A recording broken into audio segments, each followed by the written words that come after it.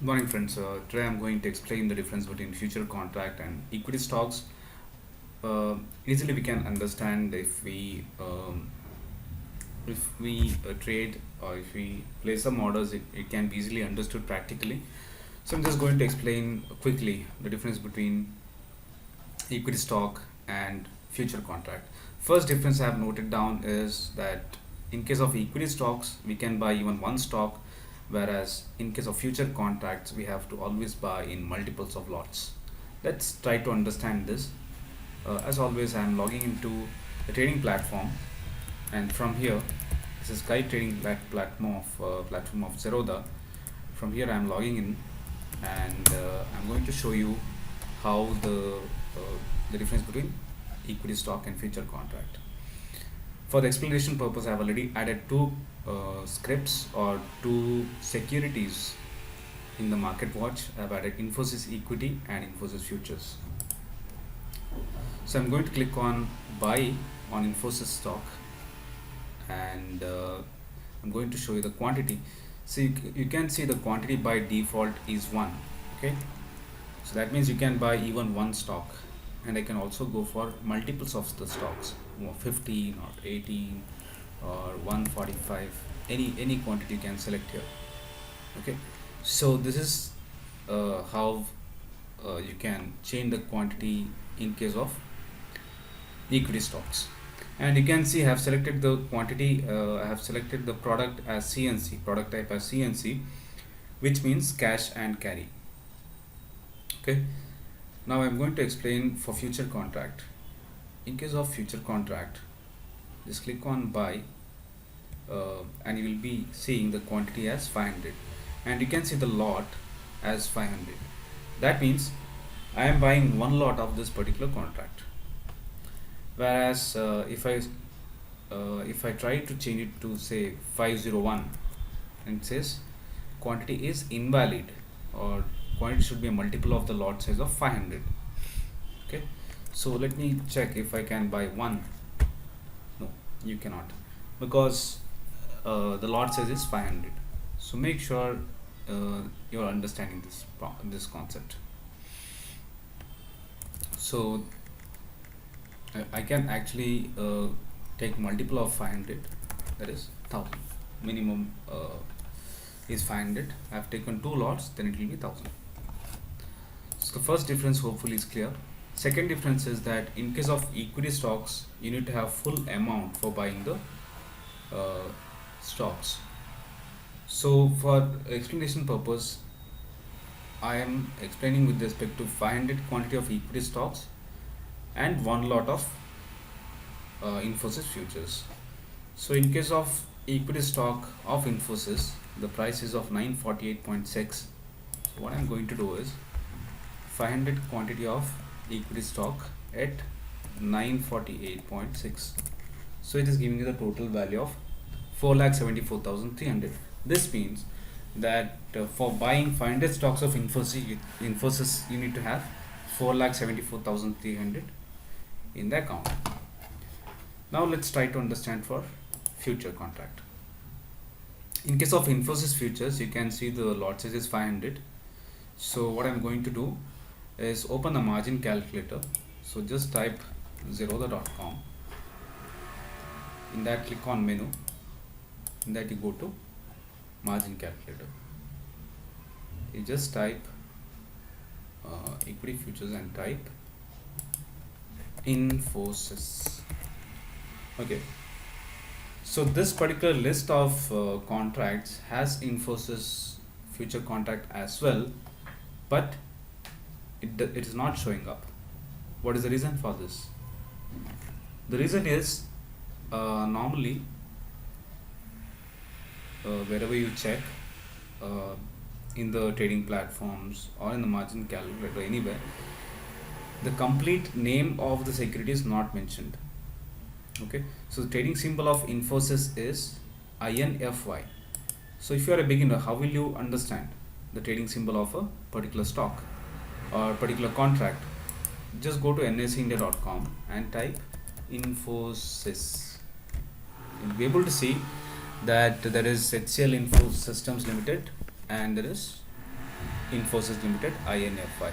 So you can just select Infosys and click on INFY, and you'll be able to get the details of that particular script. So that's why I'm just going to change the script here as in INFY, and you can see the margin required is 60,100. If you can remember, for the equity stock, for buying the same quantity, that is 500 quantity, margin required was around 4,74,000. But for buying similar units in case of future contract, you need to pay only 60,103. So that's why I have made out this point, that is, in case of equity stock, you need the full amount, whereas in case of future contract, you need only the margin, which is around 60,000 for Infosys. But this may vary from different contract. What I'm saying is, this may vary from future contract of one stock to future contract of another stock. So if I, for example, if I select GMR Infra here, then margin required is 1,50,000. If I select for DLF, then margin required is 1,30,000. So based on the type of contract that you trade, or the contract of different stocks, based on that, the margin requirement also will vary. Now go to the third point, that is less risky asset compared to futures, and in case of future contract, higher risk compared to equity stocks. So what it means is, future contract is kind of a leveraged product in itself. Okay, why I'm saying this is because if I go to the Kite trading platform, you can see the price is 952 and the quantity is 500, right? That is 500 into 952. Even here, the worth of the contract is around 4,76,000. But how much amount are you paying for this? How much amount is blocked, or how much amount is required for you to place this order? That is just around 60,000 rupees is required, right? So it means that an asset of or a contract worth of 4,76,000, you're buying with only 60,000 rupees in your account.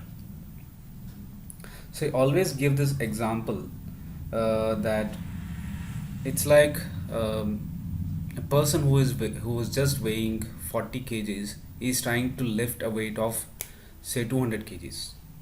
So that's what is happening with this particular contract. Asset of, or a contract worth of 4,76,000, you're buying worth only 60,000 rupees in your account. So that's why I was just saying that in case of future contract, the risk is more, as you are paying only the part of the amount to buy the full contract itself. Whereas in case of equity stocks, if I am buying a stock of 948 rupees and the quantity is 500, you need to pay the complete amount, 948.6 into 500. So you need to pay 4,74,300 itself in case of equity stocks. But for you to buy 500 units in case of a future contract, you need to pay only 60,000, as I've shown here. Hopefully this point is clear now. The fourth point I'm going to tell is Demat account. So since buying stocks, you have some ownership with that particular listed company. What happens is, when you buy a stock for a long term, the stocks will have to be transferred to a different safe locker, if you can say so. This particular safe locker we call as Demat account. Okay. But in case of future contract, you're not owning any, you don't have any ownership in that particular company, in that particular listed company. So there's no such arrangements required, right? So that's why there's no need of any Demat account with respect to a future contract. So what I also mean to say is that if at all you buy a equity stock of Infosys for delivery, it means that you have some ownership in that particular company, in that particular listed company. So there's no such arrangements required, right? So that's why there's no need of any Demat account with respect to a future contract. So what I also mean to say is that if at all you buy a equity stock of Infosys for delivery, it means that you have one share worth of ownership in Infosys. And if at all, and it also means that for you to buy this stock, you need to have a demat account. And next thing is, in case of future contract, you're not owning any part of the company because it's just a contract that you are betting on. That's why there's no demat account required. And stocks are usually used for investment purpose. That means you normally invest in stock so that your money will grow, and if the company also grows in the meantime, you can cash in by investing in that particular stock. Okay, so normally in general, or by the real purpose of the equity stocks, it is for investment. Okay, now about equity futures or any future contract, it is existing for you to reduce the risk in a portfolio, or what you can also say is that future contracts, by the nature of the future contracts, should be used only for hedging purpose or for speculation. Speculation means you're just predicting the price is going to be in a certain period of time. That's what we mean by speculation. Okay, and the sixth point I'm going to explain about pledging, right? So you can pledge the equity stocks and get margin amount for trading in future and option contracts. Okay, so just like how you keep your property as security and get loaning is that, or gold, uh, you keep gold as a security and get gold loan. Similar to that, you can pledge your equity stocks and get the amount, margin amount, using which you can buy future and option contracts in general. Okay, whereas future contract or any option contracts or any such contracts, you cannot use them for getting margin amount so that you can pledge. Okay, and one more thing is, if you buy a stock today, you can hold it for a number of years until the day the stock is stopped trading on the exchange. Till that day, you can continuously hold the stock. It may be up to 2 generations or 3 generations. Okay, till the stock is listed on the exchange, you can there's no worry as to what will happen to my stock. Till you hold that stock, it's with you. It's not going to be taken away from you in any way. Whereas in case of a future contract, there is always a fixed expiry. What I'm saying is, if at all I buy a Infosys future contract today, then I have to settle. That means if I buy a future contract today, I'll have to settle the contract by 29 June. So on NSE, for any stock or index contracts, index future contracts, or stock future contracts, there are up to 3 contracts available for trading. For Infosys, for example, I can place orders in June contract, July contract, or August contract. It's up to me. Any contract I can trade. Okay, so let's go to the Kite trading platform and look into this. So Infosys June contract, I'm adding Infosys July contract. Okay, Infosys July future, click on add. Similarly, I can add Infosys August futures. So you can see I can add all these 3 contracts, and it's up to me which contract I want to buy or sell.